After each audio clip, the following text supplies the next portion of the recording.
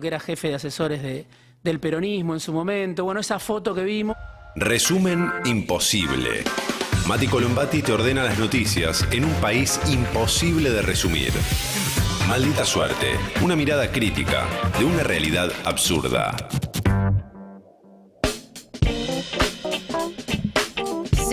Sí, arranca el resumen imposible y más imposible que nunca en ausencia de Mati, pero igual vamos a tomar el frente de esta nave noticiosa con Gerardo para tratar de ordenar algo que es realmente muy difícil de ordenar. Es muy difícil de ordenar este país, es muy difícil de ordenar este mundo. Vamos, por supuesto, a estar hablando de las ínfulas imperialistas de Javier Milei, que tiene el anhelo ya explícito de diseñar un poder judicial a su antojo. Sí. Pero no nos vamos a olvidar tampoco de lo que está pasando con la criptoestafa, de lo que está pasando en la economía real. Esa misma, ¿no? Que nos convoca a todos. Claro, porque ese sería en muchos lugares quizás el principal titular, pero lo que pasa es que en este país, en donde realmente, igual es muy hábil el gobierno, donde tapa una crisis con otra crisis, que es un sistema que después vi que se extiende por el mundo, los intelectuales que vos estudiás mucho, que asesoran a los diferentes líderes de ultraderecha, tienen esta cosa de... Me di cuenta de eso, que empecé a repasar, quedó Libra, quedó allá atrás, quedó la guerra con Clarín, ya no se habló más. Es verdad, hubo una... Duró un día la guerra con Clarín. Ustedes, hubo una guerra con Clarín en algún momento. Un día duró. Pero ustedes eran niños, no se acuerdan de esto. Bueno, entonces vamos a tratar de manejar esas distintas líneas narrativas al mismo tiempo, no olvidarnos de que hay descontento y que se empieza a expresar con algunos pedidos y convocatorias incluso a movilizarse, y vamos incluso hablando de esa política, de ese tipo de dirigentes que avasallan. Vamos a viajar para cerrar el resumen informativo a Estados Unidos, donde Donald Trump está así, haciendo así, no con los billetes, con los decretos. Y esto está teniendo muchas consecuencias en muchos lados. Bueno, arrancamos entonces con el emperador Javier Milei. Vamos a hablar de decretazo, ¿no? Y que también está provocando un escándalo. Tiene que ver, por supuesto, con la Corte Suprema. Finalmente, Milei no pudo por las buenas, no pudo por la vía de la negociación, entonces decidió ir por las malas y nombró a Ariel Lijo y Manuel García Mansilla por decreto como jueces de la Corte Suprema. Acá ordenamos y más tarde, en el transcurso de la tarde, vamos a estar hablando más en detalle de qué significa, cómo es esto, hacia qué rumbo nos podría llevar. Pero acá organizamos primero. Esta decisión me recuerda tal vez de alguna manera la que tomó Mauricio Macri en su momento en 2015, con una diferencia que no es menor. En su momento él decidió finalmente a retroceder y logró el nombramiento que esperaba a través del Congreso. Me refiero a Rosati y a Rosenkrantz en su momento. Bueno, ¿qué es lo que acaba de pasar? Entre el momento en que termina el periodo de sesiones extraordinarias, que es lo que está sucediendo, el momento en que se abren las sesiones ordinarias, que esto va a ser el sábado, bueno, se abre allí una pequeña ventana de tiempo que Javier Milei quiso aprovechar para meterse, y se metió en esa ventana de tiempo para hacer uso de la atribución constitucional que le permite al presidente hacer nombramientos en comisión mientras el Poder Legislativo esté en receso. Apenitas se abrió la ventana que Javier Milei se metió de lleno y piensa ir un poquito más allá todavía, porque va a intentar que Lijo y García Mansilla se integren a la Corte Suprema sin prestar juramento ante ese tribunal, como, bueno, se suele hacer, como siempre ocurre, y que juren frente a él. En cuanto a los plazos, a partir del momento en que se publique el decreto en el boletín oficial, Bueno, los nuevos ministros del máximo tribunal de la Corte Suprema van a entrar en funciones por un año, ¿no? Que es el tiempo límite autorizado para un nombramiento en comisión. Acá hay una pregunta que se abre enseguida y Sí. que es interesante, más que la pregunta, la respuesta es interesante. ¿Quiénes son esos dos jueces que acaba de nombrar Javier Milei? Bueno, algunos, los dos en realidad, los conocemos muy bien. Sí. ¿No? Sí, vienen de palos muy distintos, pero los dos muy polémicos. Los dos bastante polémicos, con currículum polémicos y trayectorias que han dado para el comentario. Bueno, Ariel Lijo, para tratar de recordar, algunos de ustedes ya lo sabrán, pero muy cercano a Ricardo Lorenzetti, ¿no? Sí. Y su nominación ya, bueno, acumuló más de 30 impugnaciones. Sí, por eso también se especuló, digamos, estuvo dando vueltas en posible apoyo del kirchnerismo, de parte del kirchnerismo, a la designación del Hijo, que finalmente no se dio. También el propio bloque de senadores ya advirtió en su momento que por decreto no lo iba a apoyar.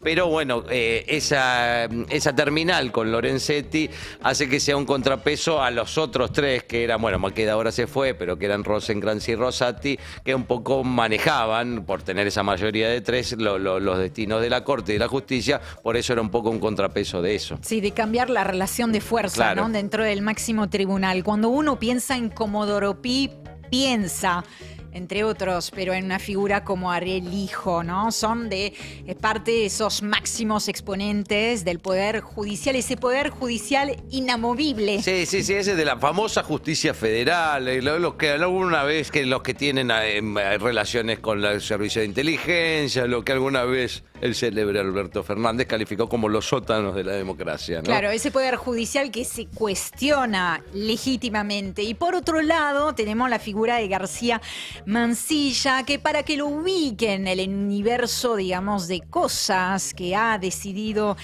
Mansilla, rechaza, por ejemplo, la legalización del aborto. Pero además... Sí.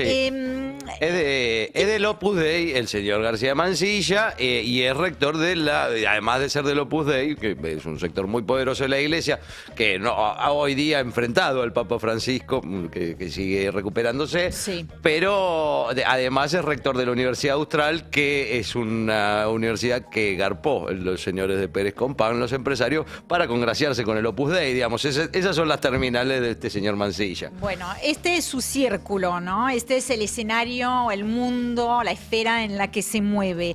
Y además tiene una relación con la verdad, o que es discutible. Mintió cuando meses atrás dijo que no aceptaría ser nombrado por decreto. Ah, bueno, por ahí lo rechaza el nombramiento. Ahora dice, no, renuncio, no lo acepto. No sé. Pero así al menos se había referido a la decisión de Macri en 2015, cuando justamente, como les decía recién, intentó él también designar a Rosati y a Rosencrantz. En ese momento dijo que... es interesante recordar esa palabra. Es el archivo mata, chicos. Cuidado, mucho cuidado con lo que digan y publiquen. Dijo que esa situación podía generar descrédito en la justicia y falta de independencia ante eventuales causas que involucren al Poder Judicial. Bueno, ¿y ahora qué? ¿Aceptás ser nombrado del mismo modo, de la misma forma por Javier Milei, no? Bueno, vamos a escuchar lo que decía Mansilla en el Senado, que no aceptaría lo que justo acaba de suceder. Evidentemente hay un gran sector de la población que, con buenas razones, resiste ese tipo de decisiones que son discrecionales del presidente. Con lo cual, independientemente de que en su momento, apenas salió el decreto, publiqué un artículo simplemente para hacer un aporte al debate, visto el impacto que tuvo, yo no hubiera aceptado esa nominación. No. Y déjeme que le diga por qué. Hay ciertas atribuciones que tienen los poderes constitucionales que al momento de ser ejercidas, a pesar de que son constitucionales, pueden afectar una institución. Ah, perfecto, perfecto. O sea, ahora no le importa que afecten las instituciones. Aparte, esto fue, la contradicción es tremenda porque fue hace apenas un par de meses, porque esto era cuando hacían la audiencia pública justamente para conseguir el acuerdo del Senado, que como no salió, ahora lo sacan por decreto. Ahora lo sacan por decreto, exactamente. Bueno, trajimos varias declaraciones en torno a esto que claramente es una noticia eje de este día. Por ejemplo, el vocero presidencial, no podía faltar la palabra de Manuel Adorni, para quien no hay mucho más que aclarar, ya está. A ver. Nosotros lo hemos dicho siempre, la instancia de nombrar jueces en comisión iba a estar siempre sujeta a que entendamos que la justicia podía tener algún tipo de inconveniente en su funcionamiento. Y entendemos también que prácticamente ha pasado un año desde la presentación de los pliegos y que, habiendo pasado todas las instancias necesarias, no se ha logrado que el Senado apruebe efectivamente los pliegos o que le dé curso a los pliegos, lo cual nos apena mucho y entendemos que efectivamente era el momento de nombrarlos en comisión, como ustedes bien saben, en tanto y en cuanto dure el periodo legislativo ordinario. Por lo tanto, el resto del proceso que tenga que seguir en la Cámara de Senadores es un tema que sigue siendo responsabilidad de la Cámara de Senadores, no entendiendo bien las razones, habiendo cumplido con los requisitos técnicos y de idoneidad, que haya ocurrido lo que ocurrió, porque en definitiva no estamos hablando de cuestiones partidarias, estamos hablando de cuestiones técnicas y de idoneidad, quienes o las cuales están cumplidas de sobremanera por ambos.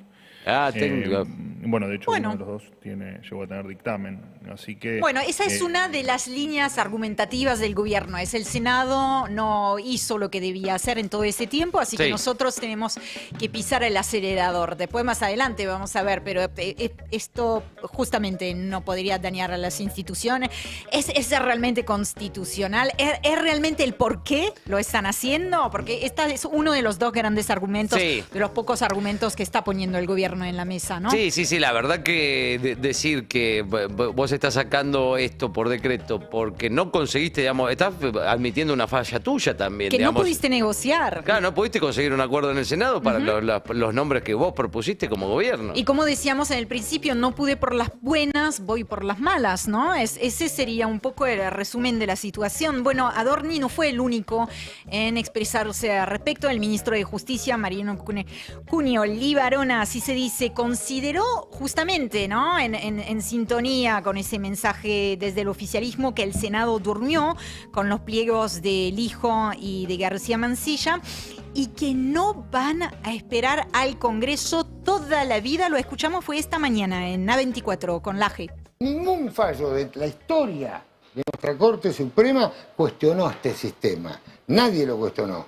Y en la doctrina, en el año 95, 80, cuando salió lo de Macri, el decreto de Macri, hizo un libro donde opinan todos los constitucionalistas y demás. Y la doctrina penal y constitucional también acompañó la legalidad del sistema. Entonces yo no entiendo, honestamente, con ningún fundamento válido he escuchado que diga, no, esto es ilegal. He escuchado gente que no tiene información o que no lo ha estudiado. No pasa por lo ilegal porque no es ilegal. Lo que pasa es que es un decreto en comisión por un año que este mismo Senado, que no dio el acuerdo, porque esto lo va a dar dentro de un año. Y dentro de un año Senado tal vez durmió. vos tenés que el Senado después durmió. decir a los señores vuelvan a su casa. Mirá, Javier Milei fue clarísimo. La Corte 5... 3. Tuvieron su tiempo en el Senado. Y nuestro compromiso es con la sociedad.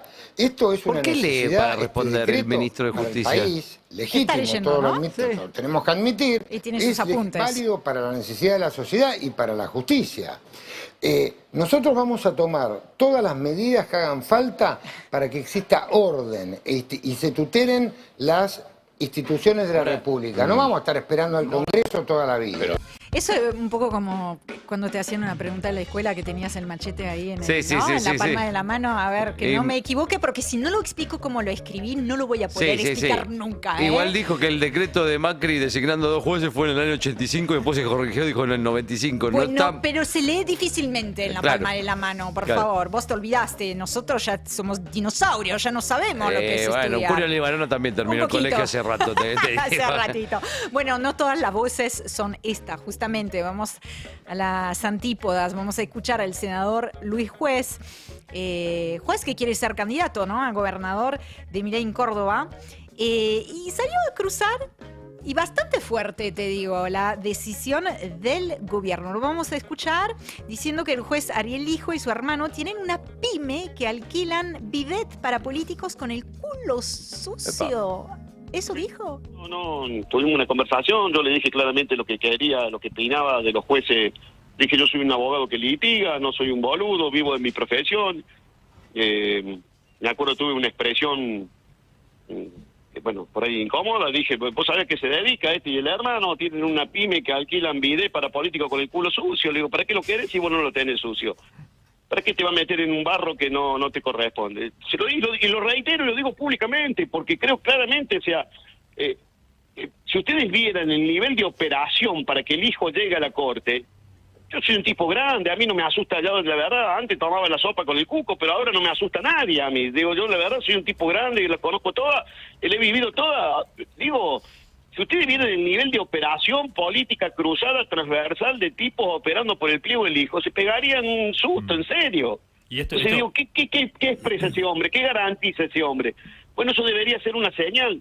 Y lo lamento de García Mancilla, lo digo porque la verdad que es un tipo que está en las antípodas del hijo, creo que un tipo formado, preparado, creo que un excelente magistrado, creo que sería un tipo que verdaderamente le metería lustre a la corte, pero no puede elegir un atajo, no creo que lo desmerece el Luis, atajo. es novedad. Bueno, no se puede Bueno. elegir el atajo. Sí, igual dijo bueno, Juez. lo que dice ahí juez del bidet para limpiar el culo sucio de algunos políticos es lo que se dice mucho sobre el hijo, ¿no? Que tiene como una forma muy particular de muñequear las causas. Por ejemplo, él lleva la causa de Correo contra Macri y si bien nunca fue a fondo, tampoco nunca la cerró. Entonces usa ese tipo de cosas evidentemente para ir negociando esas cuestiones. Claro, seguimos sumando más declaraciones, más reacciones a esa decisión que acaba de tomar Javier Milei, el decretazo de Javier Milei para armar una Corte Suprema a la medida de su antojo. Esta vez vamos a escuchar al senador nacional de Unión por la Patria, Mariano Recalde, que criticó, por supuesto, esa designación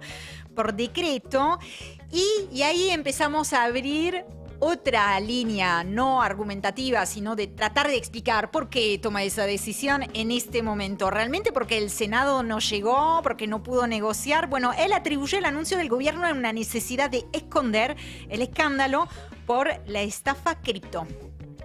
Veníamos escuchando rumores, estaban en los pasillos la posibilidad de que Milei designara por decreto a 2 jueces de la Corte, pero uno no termina de creerlo. Cuando se anunció hoy, a través del comunicado ese de la oficina de la presidencia, la verdad que uno no deja de asombrarse cómo de manera constante, permanente y brutal atropellan la Constitución, la división de poderes, la República, las instituciones, todas esas cosas que son tan importantes para la vida en una democracia, que no son una pavada.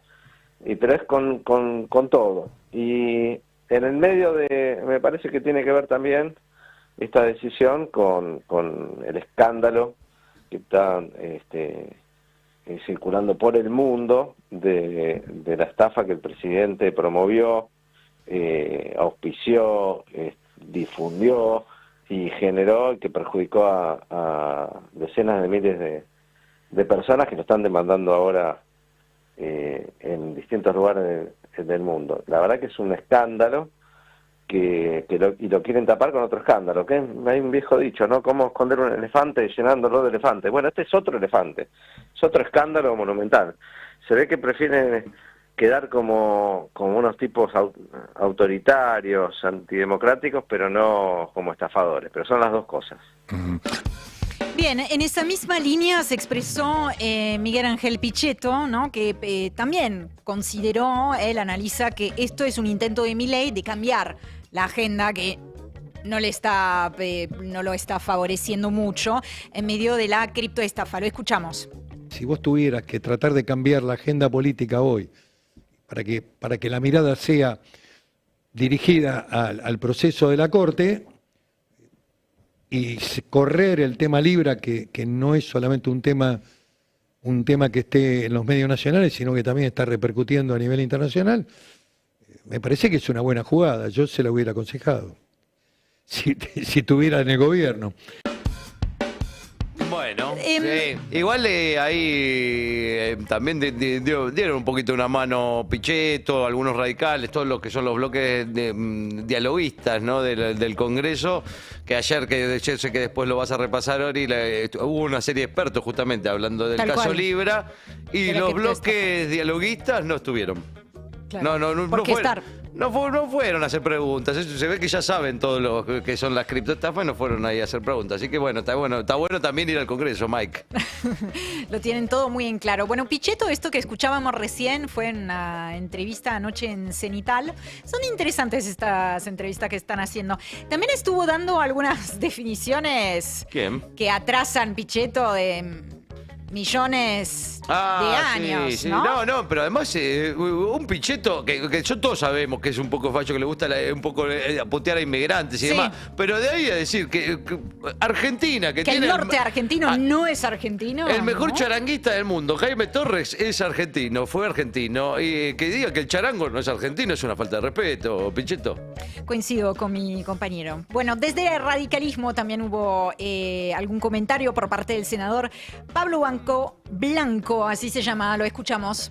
Rechazo profundamente, realmente nunca me imaginé que iba a ser capaz de tanto este presidente. Yo rechazo fuertemente esta designación, violando lo que establece la Constitución Nacional, y me lleva una desagradable sorpresa. Yo estaba dispuesto a votar al juez García Mansilla porque creía que reunía los requisitos, pero con esto me está demostrando, al aceptar la designación en forma inconstitucional, que estaba equivocado, que tampoco reúne los requisitos para formar parte de la Suprema Corte de Justicia. O sea, perdón, Blanco, usted esta decisión intempestiva de nombrar por decreto en comisión jueces de la Corte lo lleva incluso a revertir el voto que tenía favorable a García Mansilla y a oponerse ahora a los dos, al hijo y a García Mansilla. Exactamente.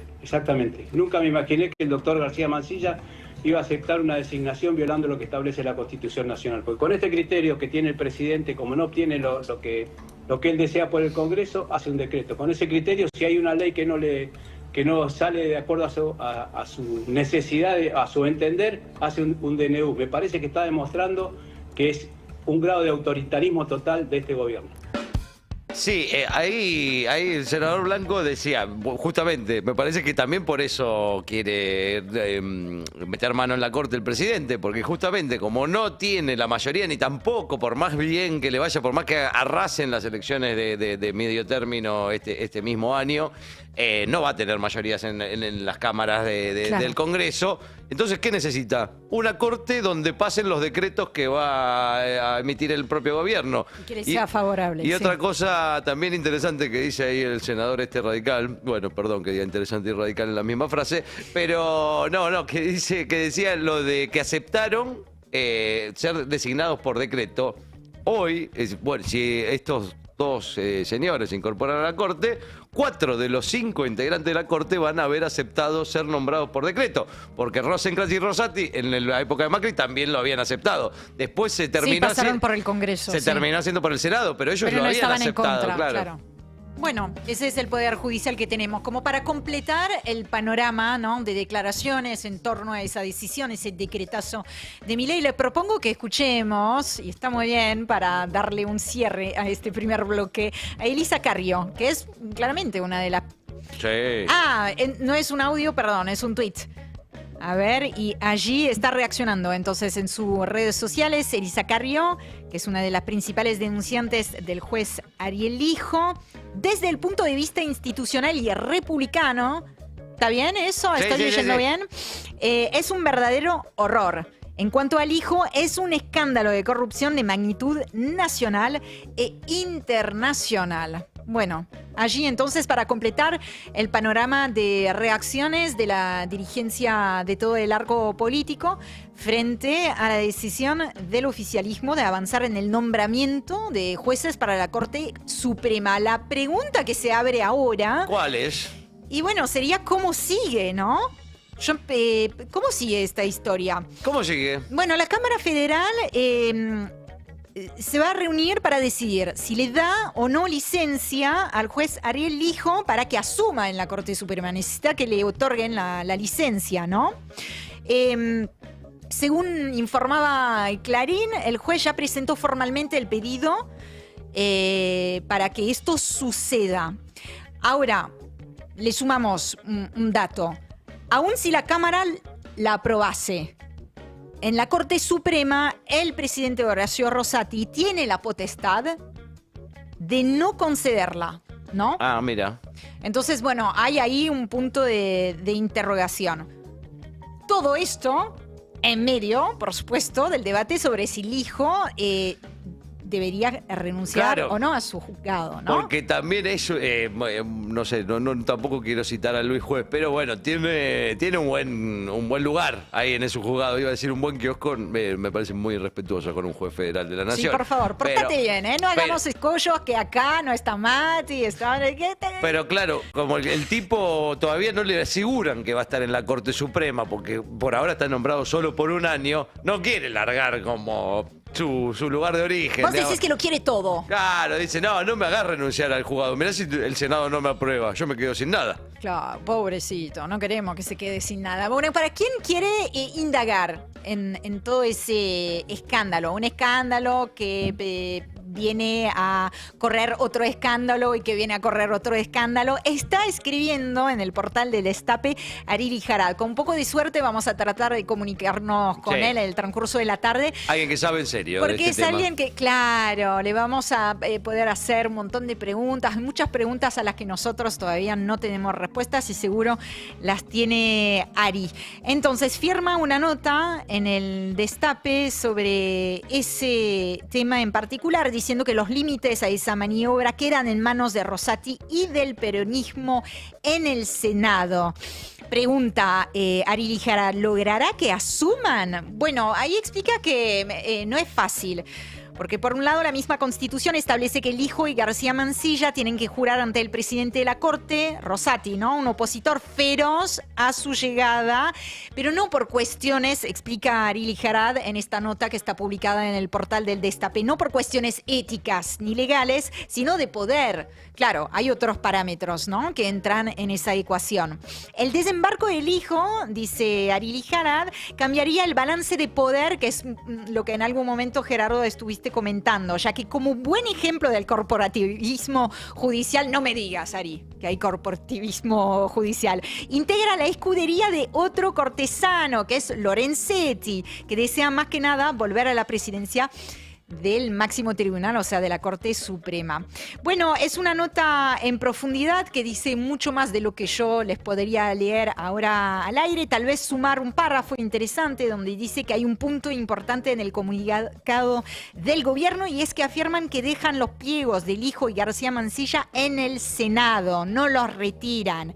Eso significa que los senadores pueden tratar sus pliegos y rechazarlos. Una tarea que depende de los bloques del peronismo, ¿no? Sí. Entonces, ahí la otra pata de lo que anunciaba desde un primer momento Ariel Lijarad en esta nota, que la maniobra del gobierno y de Javier Milei queda tanto en manos de Rosati como del peronismo en el Senado. Como les decía, con un poco de suerte, más adelante lo vamos a poder desandar todo ese escándalo gracias a la palabra de Ariel Lijarad. Ahora cambiamos de tema. Y volvemos a traer a la mesa la criptoestafa, pero sí. ¿Ah, sigue? ¿Eso sí sigue? Sucedió, uno incluso se podría... Sucedió, lo soñé, esto de verdad, bueno, sí. En el extranjero todavía no se olvidan. Acá son muchos los que no se olvidan, pero son muchos también los otros, los que les gustaría dejar el tema atrás. Bueno, acá lo que trajimos son voces de especialistas que fueron cuestionando al gobierno. Hablando de, por ejemplo, alertas que no fueron escuchadas por el gobierno y también dándole el nombre a lo que sucedió que le corresponde. Y el nombre que le corresponde es estafa. Esta es la palabra correcta. A veces tantas vueltas para llamar las cosas por su nombre, ¿no? Bueno, esos expertos son los que expusieron en la Comisión de Comunicaciones e Informática de la Cámara de Diputados. Vamos a empezar con Santi Siri, que es especialista en criptomonedas y que explicó justamente por qué es una estafa. Todos los que estamos en el ecosistema cripto, yo al menos el 30 de enero cuando vi a Hayden Mark Davis y lo googleé, no encontré nada de información de él online. Eso me pareció llamativo y en su momento traté de hacer una advertencia pública a través de las redes sociales.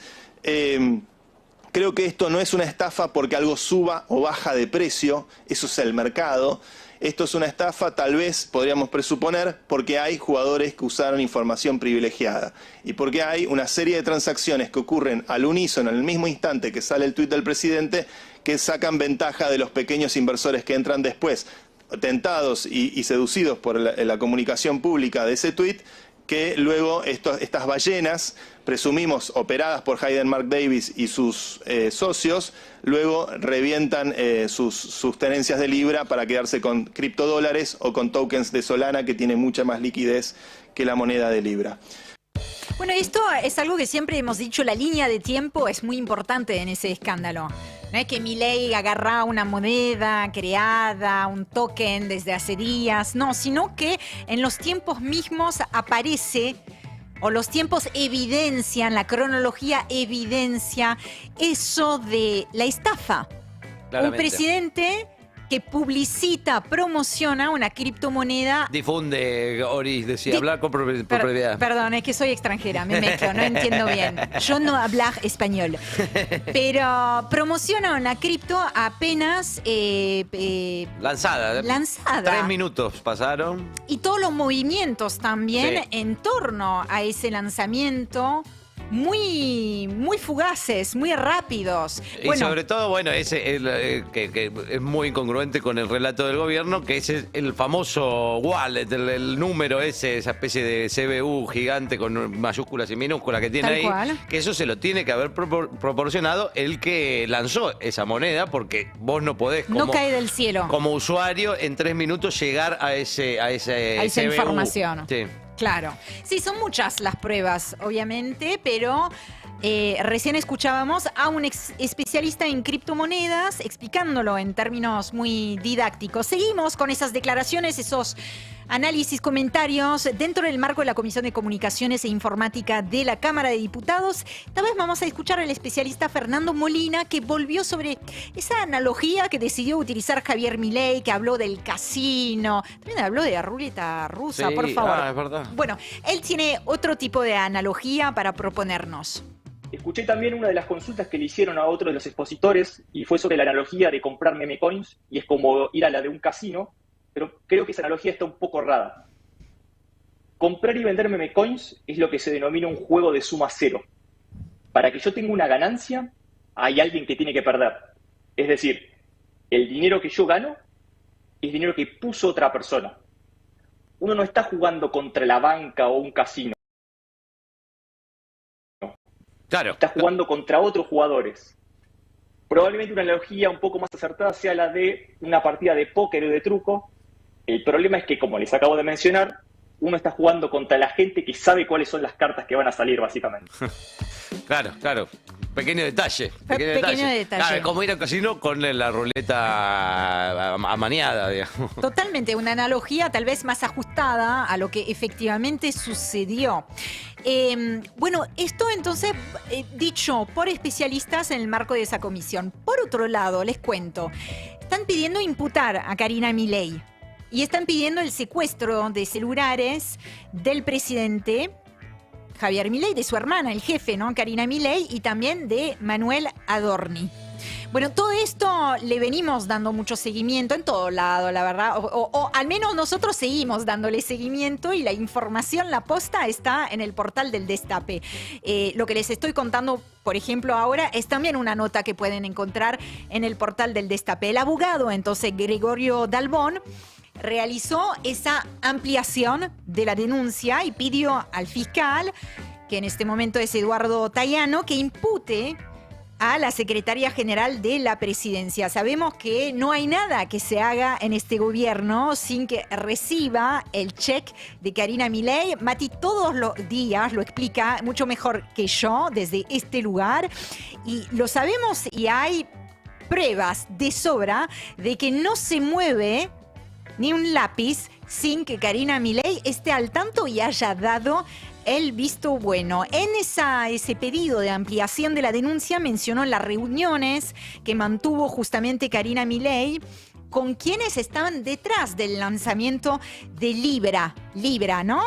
No nos olvidaron, ¿no? Del nombre de ese token.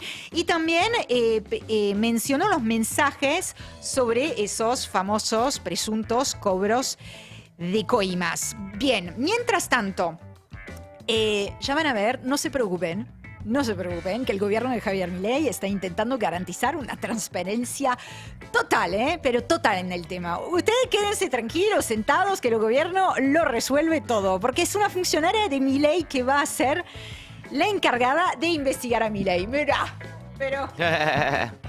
pero qué lindo es esto.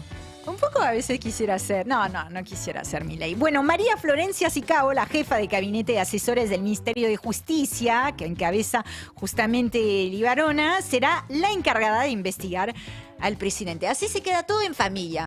¿Vieron que se dice esto? Negocios en familia, las cosas en familia. Bueno, acá también una especie de, más que familia, sociedad, que es lo que dice muchas veces, ¿no? Para referirse Victoria De Masi, por ejemplo, a la asociación que existe entre Javier Milei y su hermana. Bueno, así que así lo dispuso la Casa Rosada a través de la resolución que crea una unidad de tareas de investigación, luego de haber anunciado que la Oficina Anticorrupción sería la encargada de esa tarea. Bueno, dejamos los jueces, dejamos la criptoestafa y ahora vamos a hablar de la economía real. Y sí, la que duele, ¿eh? Sí. Que nos duele a muchos y a muchos duele más todavía, ¿no? Los más vulnerables. En este caso, para decirles que el peso de los servicios siguió creciendo en... Esta es la economía real, la economía de las personas. Siguió creciendo en febrero, aunque el hogar gaste menos. A ver, esta también es una información que pueden encontrar desarrollada en el portal del Destape. La canasta de servicios públicos del segundo mes del año, o sea, de febrero, ahora, se ubicó para un hogar promedio en 136.000 pesos. ¡Wow! Claro. Ahí en el Destape, Cristina Carrillo te lo cuenta todo. Pero yo te voy vayamos dando igual algún punteo. Sí, porque es tremendo, la verdad que es una cifra tremenda, 136.000 pesos, que además cuenta Cristian Carrillo ahí en el Destape, que es prácticamente que eso muestra también lo mal medida que está hoy día la inflación, que prácticamente es igual... el mismo peso que tiene el mismo precio también que tiene una canasta para alimentarse, que es 146.000 pesos. Entonces, prácticamente están equiparados hoy día y en el índice de inflación se mide muchísimo más los alimentos que los servicios. Totalmente. Sí. A ver, vayamos entonces. Y si se compara con la canasta básica del mes previo, se destaca que uno de cada 10 pesos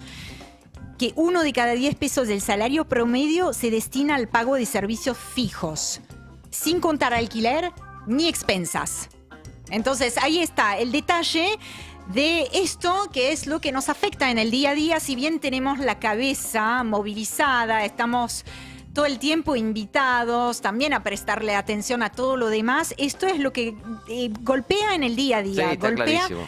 en el bolsillo. Entonces, Cristian Carrillo en el Destape con esta nota y todo el detalle. Ahora, seguimos con notas o información y noticias de esa economía real, que es el consumo en supermercados, que vuelve a bajar en febrero y esa reactivación tan anunciada, anhelada, no llega. Esta es otra nota que se puede leer en el portal del Destape, en este caso de Javier, que Firmas Lucky dice que el consumo en supermercados vuelve a bajar en febrero y que esa reactivación no está llegando después de un pésimo enero. Recordemos, en el que el consumo en los grandes supermercados cayó un 7% interanual. Bueno, este indicador sigue sin repuntar. Sí, y eso y también que con lo que decíamos con respecto a otros índices que estamos repasando, que el consumo siga cayendo cuando se empieza a comparar con meses, o sea, viene en caída y que siga cayendo, indica que el poder adquisitivo está por el suelo, porque ya viene de un lugar muy abajo y sigue cayendo.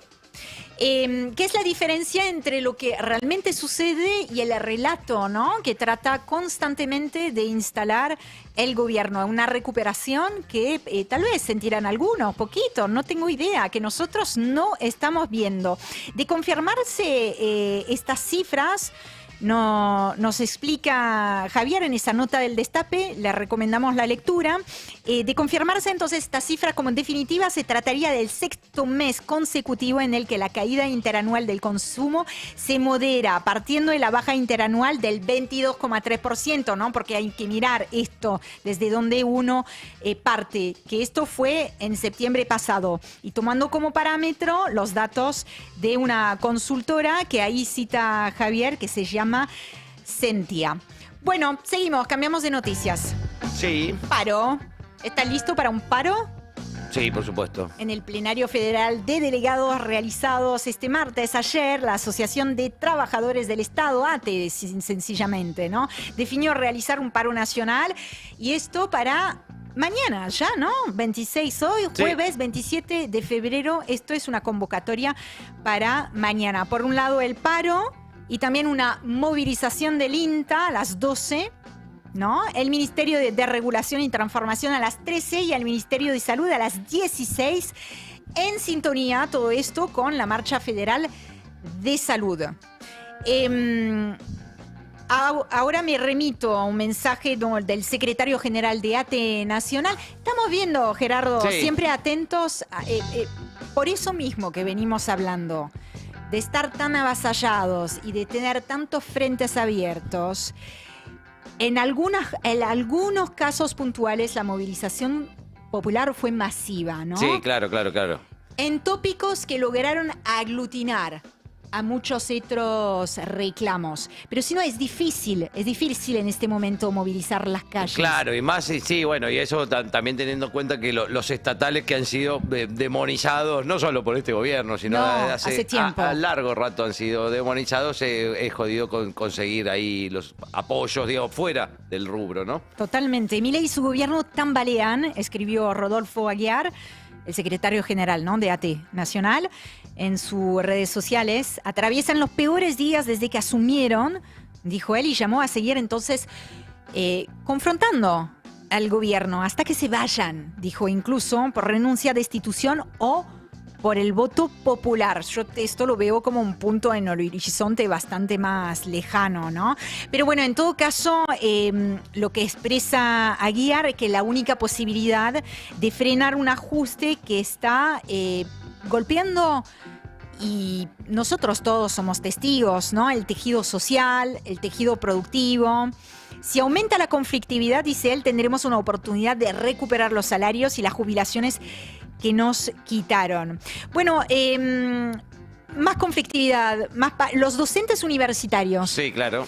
Se están rearmando con un paro de 48 o 72 horas para reclamar por la pérdida salarial acumulada en el año pasado, pero bueno, sabemos que la tendencia sigue siendo la misma, así que comunicaron este martes que sin respuesta no hay inicio de clase en las universidades nacionales, otro de los sectores muy azotado, castigado por la gestión de Javier Milei. El gobierno anunció aumentos salariales de forma unilateral, Fueron decididos de forma unilateral, 1,5% sobre el salario de enero y 1,2% sobre febrero. Excelente, Después, aparte de lo que fue el año pasado, ustedes Bárbaro. recuerdan cuando fue la marcha docente, que tanto hablamos de los salarios docentes que ya venían recontra mil atrasados, así que 1,2% para recuperar, buenísimo. De hecho, los gremios docentes lo que denuncian es que es una pérdida de más del 70% de los salarios desde diciembre de 2023. Lo que advierten desde la Federación Nacional de Docentes Universitarios, pero bueno, es una situación a la que le venimos dando mucho seguimiento, no hay que dejar de darle visibilidad, ¿no? Lo que advierten es que la situación salarial de la comunidad docente universitaria es escandalosa. Es verdad que a veces uno se queda medio corto en los adjetivos calificativos. Sí, claro. Por eso mismo de que son muchas decisiones que están tomando y que son todas indignantes. Pero bueno, por eso mismo explican, ¿no?, desde la Federación Nacional de Docentes, tras semanas de consultas en cada sindicato de base, el plenario de secretarios generales definió un paro, entonces, que les decía, de 40 o 78 horas para el 17 de marzo. Falta un poquito, pero bueno, el mes de marzo ya está a la vuelta de la esquina.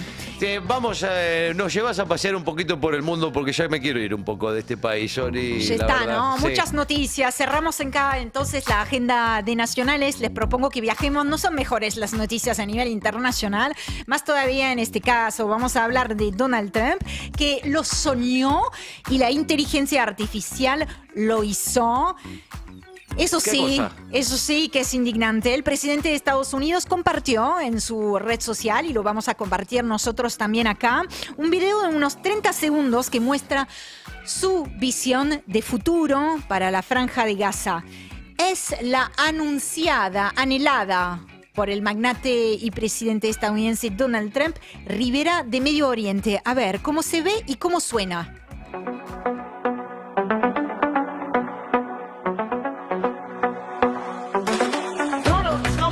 Ay, no. Esto es un video que publicó realmente Donald Trump en sus redes sociales, o sea, de manera oficial, desde sus cuentas oficiales. ¿Qué se puede ver en las imágenes? Para aquellos que no están viéndonos en una pantalla, se pueden ver rascacielos, hoteles, autos de lujo, oro, yates amarrados en una bahía, estatua de oro a su imagen, a la imagen de Donald Trump, lluvia de billetes. Elon Musk, o un hombre que se parece mucho a Elon Musk. Claro. ¿Quién podría ser si no? Comiendo con ganas en un lugar donde en este momento y desde hace varios meses hay gente que se está muriendo de hambre, ¿no? Mujeres con barbas bailando, utilizando prejuicios e ideas sobre el Medio Oriente del que claramente no conocen nada. Bueno, este es el megaproyecto inmobiliario que pretende implementar la Donald Trump. Recordemos que implementar un proyecto de esas características no está nada claro que lo pueda ni siquiera hacer, pero no importa, hablemos de la idea y el concepto, porque el concepto sale de la Casa Blanca, sale de la primera potencia económica mundial, ¿no? Entonces, este proyecto, ¿qué implica? Implica la expulsión forzada de toda la población palestina y sin posibilidad de regreso a sus tierras. Expulsión en el mejor de los casos. En el mejor, por supuesto. Lo que se llama lisa y llanamente una limpieza étnica. Y les quiero decir, hablando de limpieza étnica / genocidio, que el video termina con la imagen de Donald Trump y de Benjamín Netanyahu en cuero, en malla, tumbados en las reposeras, con tragos, cócteles en mano. Y de fondo, la música que escuchábamos recién es una canción también creada, por supuesto, por inteligencia artificial que dice el Gaza de Trump, el número 1. Bueno, es muy insultante para esos 50.000 palestinos y palestinas que murieron asesinados en la ofensiva israelí sobre sus tierras. Y hay algo también muy desquiciante, y acá vuelvo, y me parece que está bien, así le vamos de a poquito dando un cierre a ese resumen informativo imposible. Que les propongo que leamos a la relatora especial de las Naciones Unidas para los territorios palestinos. Se llama Francesca Albanese. Dice: alerta. Lo que está haciendo la nueva administración estadounidense es muy claro y estratégico. Se llama avasallamiento psicológico. Aporrearnos, o sea, avasallarnos todos los días con dosis XXL de retórica desconcertante y de políticas erráticas sirve para controlar el guión. Y controlar el guión, él lo pone entre comillas, ¿no? Tomar el control de la narrativa, que es exactamente como arrancamos ese resumen imposible. Distraernos, dice ella, y desorientarnos. Normalizar lo absurdo. Todo ello mientras se perturba la estabilidad global, que es lo que viene haciendo Estados Unidos. No es que venía funcionando muy bien el mundo, digamos, pero desde que llegó a la Casa Blanca está rebatiendo las cartas. Y se consolida el control estadounidense. Para terminar, y porque de lo que va de esta semana todavía no lo hemos hablado, mientras Donald Trump publica videos de inteligencia artificial sobre una Gaza imposible, después de una limpieza étnica, después de un genocidio, bueno, miles de la realidad. Volvemos a una realidad. Miles de israelíes se están congregando este jueves en las calles de Israel para seguir el funeral de los Pivas. ¿Se acuerdan? Esa familia argentina, claro. La mamá, sus 2 hijos. También, mientras tanto, mientras publica videos de inteligencia artificial que lo pone en escena con Benjamin Netanyahu, un 7º bebé gazatí murió en las últimas horas por hipotermia. No es la primera vez que lo hablamos, porque las condiciones de frío y la destrucción total de la infraestructura hace que en Gaza hoy en día un bebé se puede morir por hipotermia. Y también, mientras tanto, para terminar, porque ya les he dado muchas malas noticias, la ONU, las Naciones Unidas, están denunciando el deterioro alarmante y sin precedentes, son sus palabras, de los derechos humanos en los territorios palestinos ocupados, lo que hace temer, y acá también cito textualmente, que se produzcan violaciones sistemáticas, algunas de las cuales podrían constituir crímenes de guerra. Este informe de las Naciones Unidas refiere a Cisjordania, que es hacia donde Israel ha trasladado el frente de guerra, con operaciones militares desde hace varios días de gran envergadura. Y con eso terminamos, nos despidamos de Trump y Netanyahu tomando tragos. Maldita suerte. Maldita suerte.